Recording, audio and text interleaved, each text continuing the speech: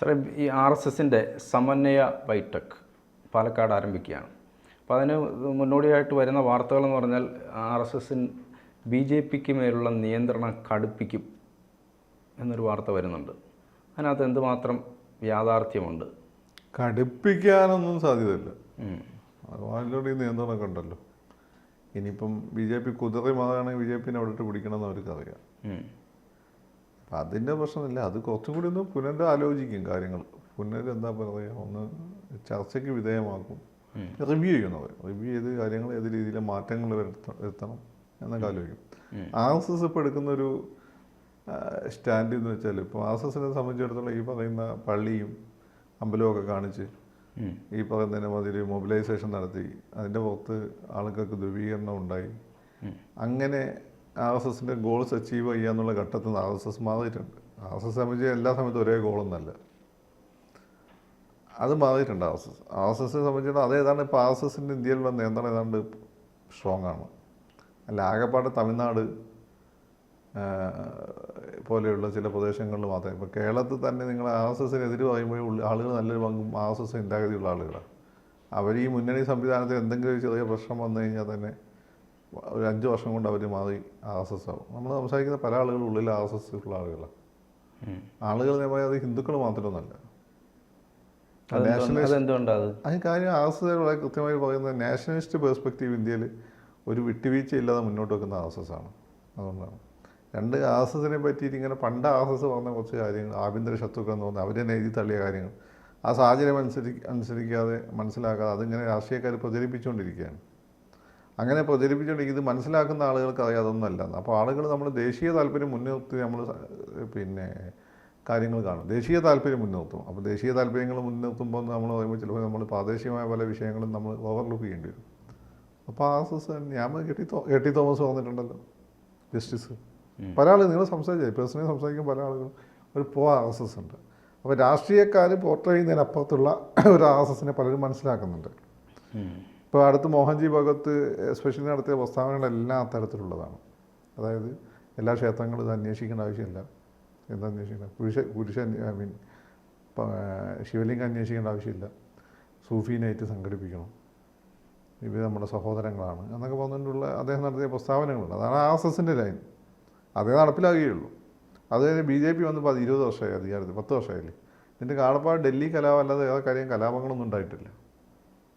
പിന്നെ മാത്രമല്ല ഒരു മുസ്ലിംസിനിടെ ഈ പറയുന്ന പ്രീണനം രാഷ്ട്രീയം നിർത്തിക്കൊണ്ട് മുസ്ലിംസിനെ ജനീനായിട്ടുള്ള പല വിഷയങ്ങളും കൈകാര്യം ചെയ്യുന്ന രീതിയിൽ താഴെത്തട്ടിലുള്ള മുസ്ലിങ്ങളെ ഉയർത്തിക്കൊണ്ടുവരാനുള്ള നയമൊക്കെ അവരെടുത്തിട്ടുണ്ട്. അല്ലാതെ ഏതെങ്കിലും ഒരുത്തിനെ പിടിച്ച് മന്ത്രിയാക്കി അവനും എൻ്റെ കുടുംബം രക്ഷപ്പെടുന്നതല്ല മുസ്ലിംസിന് വല്ല കാര്യമുണ്ടോ?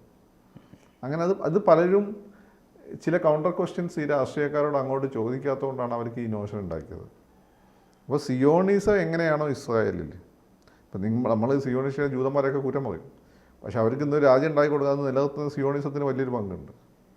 അതുപോലെ തന്നെ ഇന്ത്യയെ സംബന്ധിച്ചിടത്തോളം RSSൻ്റെ ഇന്ന് ഇന്ത്യനെ എങ്ങനെ നിലനിർത്തുന്ന RSS വളരെ പ്രധാനപ്പെട്ട പങ്കുണ്ട്. ഇത് RSSന് മോഡി ഭരിക്കണമെന്ന് ഒരു നിർബന്ധമില്ല. അവർക്ക് അവരുടെ കാര്യം നടത്താൻ ഇന്ദിരാഗാന്ധിൻ്റെ സമയത്ത് അവർ നടത്തിയിട്ടുണ്ട്, നെഹ്റുവിൻ്റെ സമയത്ത് നടത്തിയിട്ടുണ്ട്, ഇനിയും അവർ നടത്തും. പല സ്ഥലത്ത് നിങ്ങൾ ഏക സ്ഥലത്ത് അവർ നടത്തുന്നുണ്ട്. കാരണം അവരുടെ അജണ്ട രാഷ്ട്രീയം പിടിക്കലല്ലല്ലോ. അവരുടെ സ്ഥലത്ത് ഈ രാജ്യത്തെ ഏകീകരിക്കുക എന്നുള്ളതാണ്. അപ്പോൾ രാജ്യത്തെ ആദ്യം ഹിന്ദുക്കളെ ഏകീകരിക്കണം. ഹിന്ദുക്കളെ ഏകീകരിക്കാൻ മറ്റൊരു വഴിയില്ലാത്തതുകൊണ്ട് അവരെന്ത് ചെയ്യും, അപ്പോഴത്തെ മുസ്ലിംസിനെയും ക്രിസ്ത്യാനികളൊക്കെ ശത്രുക്കളായി വെച്ചിരുന്നു. ഇനി അതിൻ്റെ ആവശ്യമില്ല, ഹിന്ദുക്കൾ ഏതാണ്ട് ഏകീകരിച്ച അവസ്ഥയിലാണ്. ഈ ഏകീകരിക്കുന്നു എന്ന് തോന്നുമ്പോൾ ആളുകൾ കുത്തിത്തിരിവുണ്ടാകാൻ വേണ്ടി ജാതി സെൻസസിന് വേണ്ടിയിട്ട് പ്രശ്നം ഉണ്ടാക്കുന്നത്. ഇത് നടക്കാത്ത കാര്യമാണ്. ജാതീയ അടിസ്ഥാനത്തിൽ എല്ലാ ജോലികളും വിഭജിച്ച് കൊടുക്കാനൊന്നും പറ്റില്ല. അത് ഉള്ളിൽ നിന്ന് കുത്തിത്തിരിപ്പുണ്ടാക്കാൻ വേണ്ടിയിട്ടാണ്. ആവശ്യത്തിനുള്ള റിസർവേഷൻ ഇപ്പം കൊടുക്കുന്നുണ്ട്. അത്രയൊക്കെ ഒരു രാജ്യത്തിന് ചെയ്യാൻ പറ്റും. ഇങ്ങനെ വരുമ്പോൾ എന്ത് ചെയ്യും, ജാതി സെൻസസ് നടത്തിയിട്ട് ഇങ്ങനെ കിട്ടുമ്പോൾ ഒരുപാട് പ്രതീക്ഷകൾ വരും. അപ്പോൾ അവർക്ക് എല്ലാവർക്കും ജോലി കിട്ടില്ല, അവർ നക്സലിസത്തിലേക്ക് പോകും. ഇപ്പോൾ അത് സവർണ്ണ ചെറുപ്പക്കാർ അവർ കിട്ടുന്ന കിട്ടേണ്ടത് കിട്ടാതെ, അവർക്ക് അവകാശപ്പെട്ടത് കൈകൊണ്ട് കിട്ടേണ്ടത് കിട്ടാതെ വരുമ്പോൾ അവരെന്ത് ചെയ്യും, അവർ നിരാശരാകും, അവർ മിലിറ്റൻ്റ് ആവും. അങ്ങനെ അപ്പുറത്തും ഇപ്പുറത്തും സവർണ്ണ അധികാരം അവർണ്ണ അധികാരം തമ്മിൽ പരസ്പരം പോരാടി നശിക്കുന്ന ഒരു അവസ്ഥാവിശേഷം ഇന്ത്യ പോകാൻ വേണ്ടിയിട്ടാണ് ഈ സാധനം എടുത്തിരുന്നത്. നിങ്ങൾ വിചാരിക്കുന്ന പോലെ ഒന്നല്ല. ഇതിനകത്ത് വേറൊരു കാര്യമുള്ളത്, ഒന്ന് പണ്ട് LK അദ്വാനി പാകിസ്ഥാനിൽ പോയി. അദ്ദേഹത്തിൻ്റെ പാകിസ്ഥാൻ സന്ദർശനത്തിൽ മുഹമ്മദ് അലി ജിന്നയെ പ്രകീർത്തിച്ചുകൊണ്ട് അദ്ദേഹം സംസാരിച്ച് ഓർക്കുന്നുണ്ടോ? അതിനുശേഷം അദ്ദേഹം ഇന്ത്യയിലേക്ക് വന്നിറങ്ങിയപ്പോഴത്തേക്ക് അത് വലിയ വിവാദമായി കത്തിപ്പടർന്നു. അദ്ദേഹം BJP അധ്യക്ഷനാണ്. അദ്ദേഹത്തിന് ആ സ്ഥാനം രാജിവെക്കേണ്ടി വന്നു. സമയം കൊടുത്തു രാജിവെക്കാൻ വേണ്ടി, പക്ഷെ അദ്ദേഹത്തിന് ആ പദവി ഒഴിയേണ്ടി വന്നു. രണ്ടാമത് നഡ്ഡ, അദ്വാനിയും നദ്ദയും തമ്മിൽ നമ്മൾ താരതമ്യം ചെയ്യേണ്ട. അദ്വാനി ഈ പ്രസ്ഥാനത്തെ ഇവിടെ അതിൻ്റെ എന്താ പറയുന്ന മഹാമേരുവായിട്ട് നിൽക്കുന്ന അദ്ദേഹമാണ് അദ്വാനി. നദ്ദ വന്നിട്ട് പറഞ്ഞു, ഈ തെരഞ്ഞെടുപ്പ് കാലത്ത് പറഞ്ഞു, ഇനി ഞങ്ങൾക്ക് RSSൻ്റെ സഹായമില്ല, സ്വന്തമായി നിൽക്കാനുള്ള കരുത്ത് ഞങ്ങൾ ആർജിച്ചു കഴിഞ്ഞു BJP എന്ന് പറഞ്ഞതിന് ശേഷമാണ് ഈ തെരഞ്ഞെടുപ്പിൽ പ്രതീക്ഷിച്ചത്രയും സീറ്റുകളിലേക്ക് BJPക്ക് പോകാൻ പറ്റാതെ വന്നത്. ഇത് രണ്ടും, അപ്പോൾ നദ്ദ ഇപ്പോൾ ഒഴിയാണ്, ഇത് രണ്ടും ഒരു സൂചനയായിട്ട് നമുക്ക് കണ്ടുകൂടെ? RSSൻ്റെ സൂചനയല്ല, രണ്ടും അത് കമ്പയർ ചെയ്യാൻ പറ്റില്ല. കാരണം അഡ്വാനി പറഞ്ഞ കാര്യങ്ങളൊക്കെ ശരിയാണ്. ജിന്ന ഭയങ്കര സെക്യുലർ ആയിരുന്നു, പക്ഷെ അതിവിടെ വലിയ പറയുന്നെങ്കിൽ ഭയങ്കര റാഷണലായിരുന്നു, ഒക്കെ ശരിയാണ്. പക്ഷെ അതല്ല അവിടെ സ്ഥാനത്തായി പോയി. അല്ല, അതെന്തായിരുന്നു, അയാൾ അത് വർഗീയവാദി ആകുന്നതിന് മുമ്പാണ്. വർഗീയവാദത്തിൽ സെക്യുലറിസത്തിന് ഒരു സ്ഥാനമില്ലല്ലോ. വർഗീയവാദത്തിൻ്റെ അടിസ്ഥാനം മതമല്ലല്ലോ, വർഗീയവാദത്തിൻ്റെ അടിസ്ഥാനം രാഷ്ട്രീയമാണ്.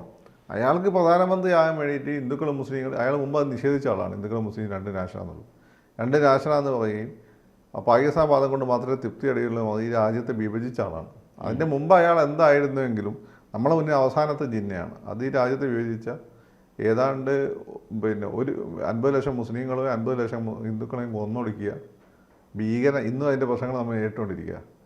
വൃത്തികെട്ടവനാണ് ആ ജിന്നയെ പറ്റി. ഇന്ത്യയുടെ ഉപപ്രധാനമന്ത്രിയിലെ പ്രതിപക്ഷ നേതാവായിരുന്ന ഒരാൾ പ്രതിപക്ഷ നേതാവ് സ്ഥാനത്തിരിക്കുമ്പോൾ അങ്ങനെ സംസാരിക്കാതെ അയാൾക്ക് കിട്ടുന്ന അംഗീകാരമാണ്. മാത്രമല്ല അത് അന്താരാഷ്ട്ര മാധ്യമങ്ങളിൽ ഒക്കെ പാകിസ്ഥാനിന് ഗുണം ചെയ്യുന്ന കാര്യമാണ്. അപ്പോൾ ഇവിടെ പ്രശ്നം എന്താണ്?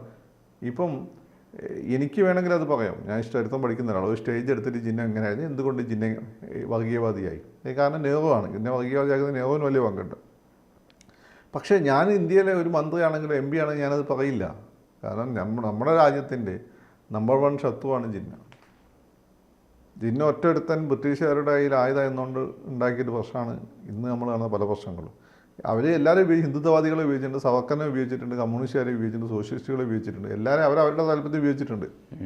പക്ഷേ നമുക്ക് ഏറ്റവും വലിയ ആഘാതം ഉണ്ടാക്കിയത് ജിന്നയാണ്. അതുകൊണ്ട് നമുക്ക് ജിന്നെ അംഗീകരിക്കാൻ പറ്റിയ രണ്ട് അത് വേറൊരു കാര്യമാണ്. അതാണ് RSS അക്കാര്യത്തിൽ എടുത്ത നിലപാട്. അപ്പം വാജ്പേയി ഇത്തരം കാര്യങ്ങൾ മറക്കുന്നു എന്നതിൻ്റെ അർത്ഥം അദ്ദേഹത്തെ പിടിക്കാൻ തുടങ്ങി. ഇനി അദ്ദേഹത്തെ ഡിപ്പെൻഡ് ചെയ്യാൻ പറ്റില്ല എന്നുള്ള ഫീൽ വന്നുകൊണ്ടാണ്. രണ്ടാമത്തെ കാര്യം ഇദ്ദേഹത്തിൻ്റെ കാര്യം എന്ന് വെച്ചാൽ ഇദ്ദേഹം അമിത്ഷാൻ്റെ സ്കൂൾ കുറച്ച് നേരം പോയിരുന്നതാണ്. അമിത്ഷാ എന്ന് വെച്ചാൽ ഭയങ്കര അതോറിറ്റേറിയൻ ആയിട്ടുള്ള ആളാണ്, ഭയങ്കര ഹിന്ദുത്വവാദിയാണ്. പക്ഷേ പവറിൽ ഭയങ്കരമായിട്ട് അതിൻ്റെ ഒരു അതെങ്ങനെ ഉപയോഗിക്കണമെന്ന് കൃത്യമായിട്ട് അറിയുന്ന ആളാണ് അമിത്ഷാ. ഇപ്പം അമിത്ഷായുടെ ലൈൻ എന്ന് വെച്ചാൽ ഈ ഹിന്ദുത്വത്തിൻ്റെ ബേസും പ്ലസ് ഇന്ത്യയിലെ ഈ വൻകിട RSS ബന്ധുക്ക മുതലാളിമാരുടെ പൈസയും കൂടി ഉണ്ടെങ്കിൽ ഇവിടെ കാര്യങ്ങൾ തീരുമാനിക്കാൻ പറ്റും തെറ്റിദ്ധാരണ അമിത്ഷായ്ക്ക് ഉണ്ടായിരുന്നു. ഈ അമിത്ഷായുടെ സ്കൂളിൽ വന്ന ആളാണ് നദ്ദ. ഇത് പക്ഷേ RSS അംഗീകരിക്കാൻ പറ്റില്ല. മാത്രമല്ല മോഡിയെ ഒരു ദൈവതുല്യമായിട്ട് കാണിക്കാൻ തുടങ്ങി. മോഡി അങ്ങനെ അവകാശപ്പെടാൻ തുടങ്ങി. അതിലേക്കും വരാം. അപ്പോൾ അതിൻ്റെ സംഭവം എന്ന് വെച്ചാൽ നമ്മൾ ഈ അയോധ്യയിലെ പ്രാണപ്രതിഷ്ഠയുടെ സമയത്ത് മോഡി എടുത്ത ഒരു റോൾ അതിവിടെ BJPക്കാർ കൈയടിക്കെങ്കിൽ പോലും ഉത്തരേന്ത്യയിൽ പല RSSകാർക്കും പിടിച്ചിട്ടില്ല. കാരണം ഓരോ വിഭാഗത്തിനും ഓരോ പണി വന്നിട്ടുണ്ട്. ആ പണിയാണ് അവർ ചെയ്യേണ്ടത്. അതിത്തവണ സവർണ വോട്ടുകൾ അവിടെ BJPക്ക് അനുകൂലമായി UPയിൽ വീഴാതിരിക്കാൻ ഒരു കാരണമാണ്. അവർ വോട്ട് ചെയ്യാൻ പോയിട്ടില്ല. ഞാൻ നിങ്ങൾ വന്നില്ല, ആഗ്രയിൽ എൻ്റെ ഒരു സുഹൃത്തിൻ്റെ പരിചയക്കാർ വലിയൊരു RSS BJPക്കാരൻ കൂടിയാണ്. അങ്ങനെ വന്നൊരു കാര്യം, അവർ വോട്ട് ചെയ്യാൻ പോയിട്ടില്ല. അപ്പം മോഡി തന്നെ പറയുന്നത് അദ്ദേഹം ദൈവത്തുമായിട്ട് അത് കോൺടാക്ട് ഉണ്ടെന്നൊക്കെ രീതിയിലുള്ള എന്താ കൃത്യം എനിക്ക് അറിയില്ല, അങ്ങനെ ഒരു ഇത് വന്നു, ഒരു സ്റ്റേറ്റ്മെൻറ്റ് വന്നു. അപ്പം പ്രസ്ഥാനത്തേക്കാൾ ഒരു വ്യക്തി അങ്ങ് വളരുന്നു.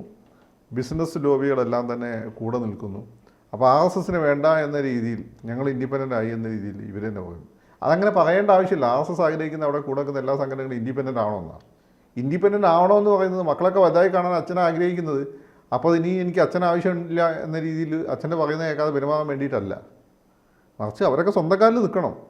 പക്ഷേ അവർക്ക് പ്രതിസന്ധി ഉണ്ടാകുമ്പോൾ അവർ ജീവിതത്തിൽ പ്രധാന തീരുമാനം അച്ഛനായിട്ട് കൺസൾട്ട് ചെയ്യണം, അതാണ്. പക്ഷേ ആ പ്രസ്താവന വളരെ തെറ്റായിട്ടുള്ള മെസ്സേജസാണ് കൊടുത്തിരുന്നത്. RSS ആഗ്രഹിക്കുന്ന ഇൻഡിപെൻഡൻ്റ് ആണെന്ന് തന്നെ. ഇവരൊക്കെ ഇൻഡിപെൻഡൻ്റ് ആണ്. ഹിന്ദു പരിഷത്ത് ഇൻഡിപെൻഡൻ്റ് ആണ്, ഹിന്ദു ഐക്യവേദി ഇൻഡിപെൻഡൻ്റ്, ഇവരൊക്കെ ഇൻഡിപെൻഡൻ്റ് ആണ്. പക്ഷേ അവരൊക്കെ പ്രധാനപ്പെട്ട തീരുമാനം എടുക്കുമ്പോൾ RSS ആയിട്ട് ആലോചിക്കും. എന്തായാലും നമുക്ക് അപ്പം അത്തരം കാര്യങ്ങളിൽ അത് ഓൾറെഡി പഠിച്ചിട്ടുണ്ട്. അത്തരം കാര്യങ്ങളിൽ ഒരു ഒരു വ്യക്തത വരുത്താനായിരിക്കും ഈ കോൺക്ലേവ് കൊണ്ട് അവർ പ്രധാനമായിട്ട് ഉദ്ദേശിക്കുന്നത്. പിന്നെ അവർക്ക് അടുത്ത ടാർഗറ്റ് കേരളം ഒക്കെ ഉൾപ്പെടെയുണ്ട്. കാരണം മൈനോറിറ്റീസും BJPക്ക് പൊതുവെ ഉത്തരേന്ത്യ പോലെ അനുകൂലമായിട്ടുള്ള സാഹചര്യമല്ല ഇവിടെ ഉള്ളത്. അപ്പം അക്കാര്യത്തിലേക്ക് കുറച്ചുകൂടി വ്യക്തമായ നിലപാട് മോഹൻ ഭഗവതിൻ്റെ നിലപാട് മോഹൻ ഭഗവതിൻ്റെ ലാസ്റ്റ് നിലപാട് കുറച്ചും കൂടി അതിൽ വ്യക്തത എടുത്താനുള്ള ഡിസ്കഷൻസ് മറ്റുമായിരിക്കും നടക്കുന്നത് എനിക്ക് തോന്നുന്നു. കൂടുതൽ വാർത്തകളും വിശേഷങ്ങളും നിങ്ങളിലേക്ക് എത്താൻ ABC മലയാളം സബ്സ്ക്രൈബ് ചെയ്യുക, ബെൽ ബട്ടണും അമർത്തുക.